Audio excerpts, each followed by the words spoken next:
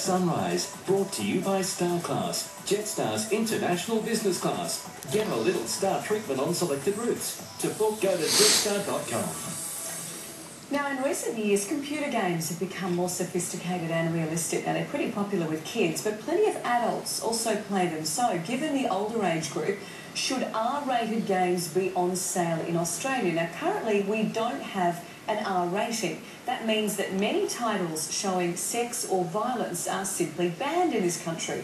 Now the government is reviewing game classifications and it's taking public submissions. Now gamers are hopeful of a win, but there is concern about the violence on screen.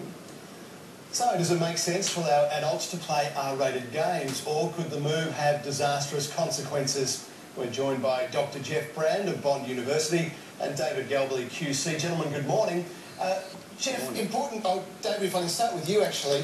Adults watch R-rated movies. Why can't they play R-rated games? Well, this goes further than just playing R-rated games. This is where the government is looking at allowing for a further classification for extreme violent games. We live in a violent society. We're having great difficulty in suppressing violence. Why do we need to have violent games that are available to be played? Violence should be banned from our community, particularly extreme violence. But I must say, David, there's some pretty horrendous movies out there. We see violence in so many forms. Do we know for sure that watching this stuff makes people more violent? And to be honest, I guess if people really are into watching and playing these games, they can probably get them from overseas, can't they? Well, we know the following facts. We know that cigarette advertising influences behaviour and it was banned. We know that if you allow young people to watch pornographic material, they are affected by it. We know that behaviour affects behaviour. Why wouldn't violent video games affect behaviour? We've got some bizarre violent behaviours taking place in our community, and I suspect a lot of that is because the young are growing up and are desensitised to violence. Now, Jeff, you argue the issue is not the content, it's the fact that we don't classify it. But what if we don't want more violent games coming into the country? Well, already we know that a number of games that are out there have content that many parents would be concerned about.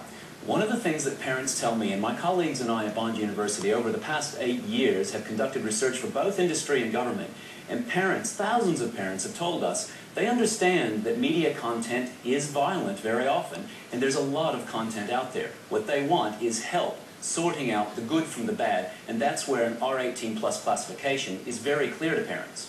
Because then at least they would know, wouldn't they, Jeff? I've got an email from a viewer, Dean, who says, I'm an adult. I should be allowed to make up my own mind when it comes to buying and playing video games. It falls back on parents who should be policing games and content for their children. So do you think the fact that these games are not classified and therefore we rule them outright is a problem in itself? Well, it certainly may, Mel, create a forbidden fruit effect, of course. And as you said in your setup piece, it is possible to import these games, albeit illegally, either in suitcases or online increasingly. And the problem there is that that content moves under the radar. But can I say, it is true that we live in a violent society. We have for millennia, in fact, and violence and sex in storytelling has, for better or for worse, been a key part of our mythology and our stories. I appreciate David's perspective, and in fact, before I did the review of classification guidelines back in 2002, I held the same view. But I listened to many, many parents and also looked at the research evidence, and it's very clear that a full range of classification markings is more informative and probably more functional. Gentlemen, South Australia has been very strongly opposed to any change. Do either of you actually think that this will happen, yes or no, David?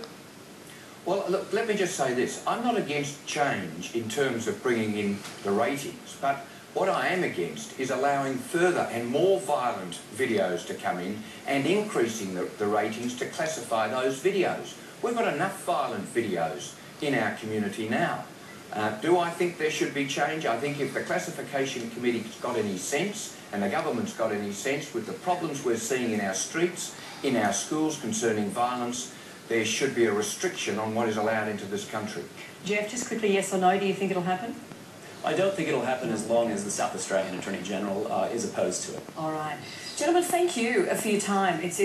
People are very, very divided on this issue. It's quite interesting looking at our soapbox. So we appreciate your viewpoints. Thanks for joining us. Pleasure. Thank you. All right, just ahead this morning, Nicole Kidman. She talked